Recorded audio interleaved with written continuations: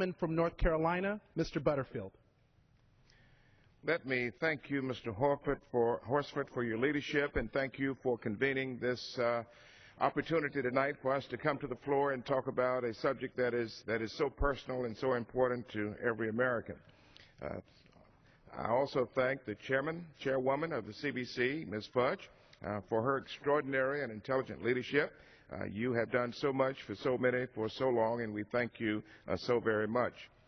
Mr. Speaker, just last week, House Budget Committee Chairman Paul Ryan, and I think most Americans recognize that name by now, Chairman Paul Ryan rolled out his 2014 budget that he and his Republican colleagues have called the path to prosperity.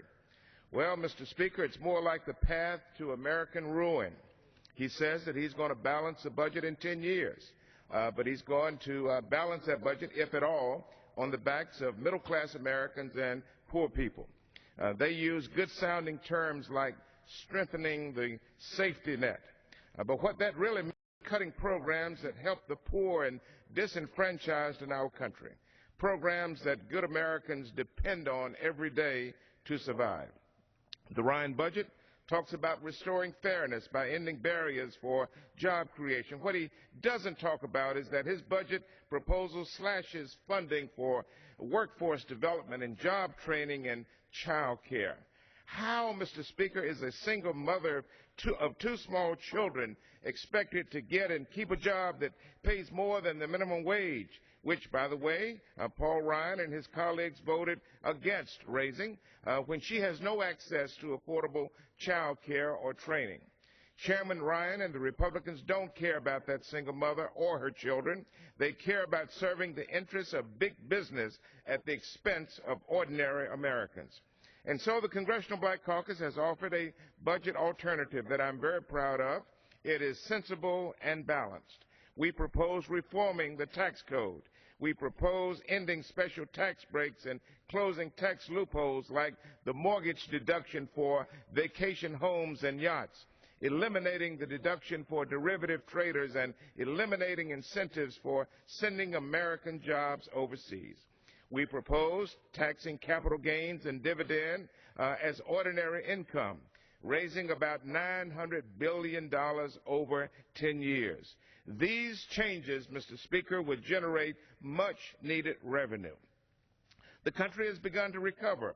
We see it every day in the news, and we are moving in the right direction.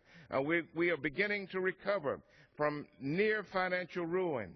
But our recovery is fragile and desperately needs a shot in the arm to accelerate our economic recovery.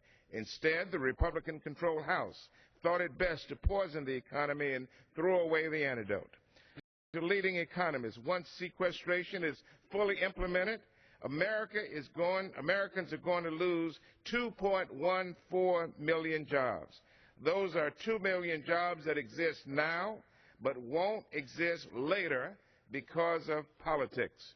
The CBC and the majority of Americans believe that sequestration is damaging our fragile economy and that it must be reversed immediately. Our budget does just that. Our nation's unemployment rate is 7.7% and has been on a gradual decline, but there are still far too many people out of work.